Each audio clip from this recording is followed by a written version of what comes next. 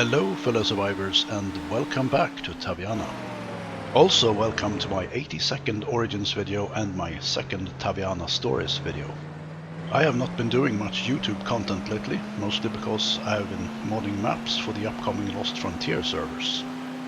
Lots of work is now done on the Churnerous Winter map, and I have also added 18 new and improved locations to the Namalsk map.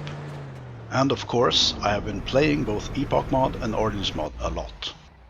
I should have recorded my repair and rescue mission of the Flying Fortress last week, but for some reason I didn't. Actually, this was the first time I got around to fix the unique Flying Fortress in Origins mod, so I should, but I didn't.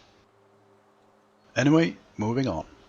This video is about Georgy Bogdanov, aka Mayor George of Sector B. Georgy was born on July 12, 1954 in Novi Dvor, to Russian schoolteacher Zhana Podnikova and Mikhail Bogdanov, a professor of mathematics at the Taviana National University of Technology in Sabina. Georgy spent his childhood at the family home in Novi Dvor and attended elementary school at Branibor School No. 2, BBNSH Braniborskaya Nakhalnaya Shkola, primary school of Branibor, to which he used to take the daily bus between Belgrade and Branibor. During his childhood in Novi Dvor, Georgy developed an interest in aircrafts and often sat by the fence at Krasnosnamensk airport, where he would watch the planes take off and land. He also made a model plane with his grandfather in his grandfather's workshop. Georgy was fascinated by Lake Slyapak, east of Novi Dvor, and the small island of Christ the Savior, where he would play with his friends and often camp for days with them, pretending to be the king defending the island from kids in neighboring villages. Many survivors of Taviana now knows that game later became very real. When Georgy was 13 years old, his mother passed away from brain tumor, and in the same year his grandfather also passed away. His father, Mikhail, now unable to take care of his family home by himself, sold it and moved to Sabina's newly constructed eastern Dyelnica district, where Georgy continued to attend school.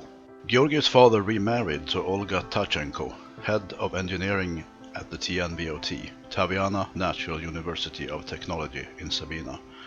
Georgy didn't take this well, as he disliked his father's new wife. At the age of 18, Georgy accepted an offer from the Kalinin Polytechnical Institute and moved to Leningrad in the Soviet Union, where he studied nuclear engineering. After working in the Leningrad nuclear power plant in Sosnovy Bor for some time, Georgy was transferred back to Taviana, where he worked as the head of the Treblinka nuclear power plant. Georgy acquired membership of the Communist Party of Taviana as the head of the power plant and rose through the ranks to become the Minister of Energy, and eventually a part of the Supreme Soviet of the Republic. Okay, so now, what can I tell you about Sector B? Sector B, now also known as Salvation Island or Salvation City, is an artificially created island situated a few kilometers northeast of the coast of Taviana.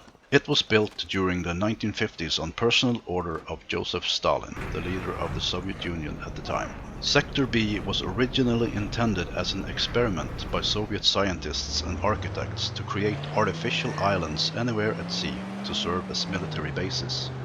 After the success of Sector B, a temporary runway was built there, and after some time a squadron of the Soviet Air Defense Force was based there, eventually consisting of MiG-15s and Su-17s, with the objective of defending the natural gas drilling platforms in the area.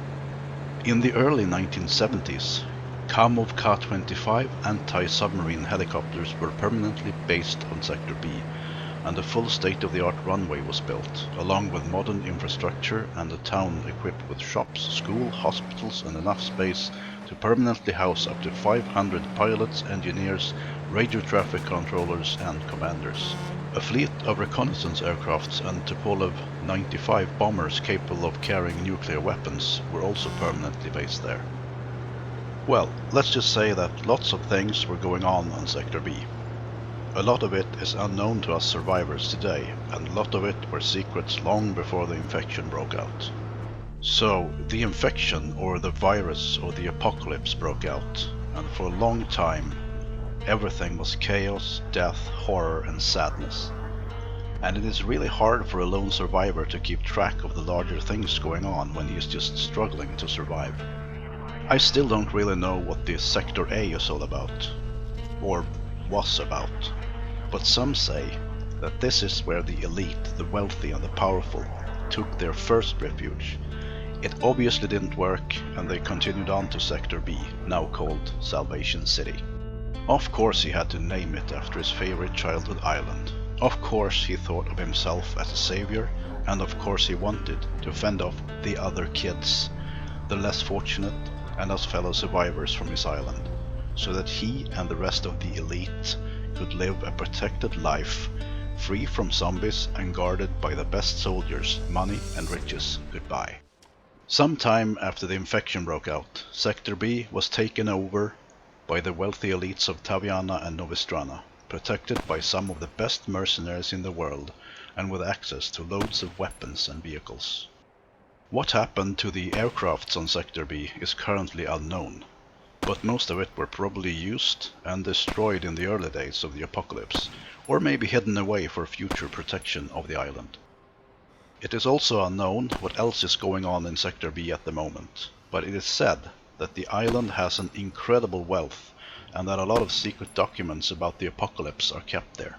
According to the rumors, there are no zombies or zombie virus inside the walls of Salvation City, a city that is now ruled by Mayor George. Okay, that is some of the content I have found on the old forums from before, so what about in-game stuff?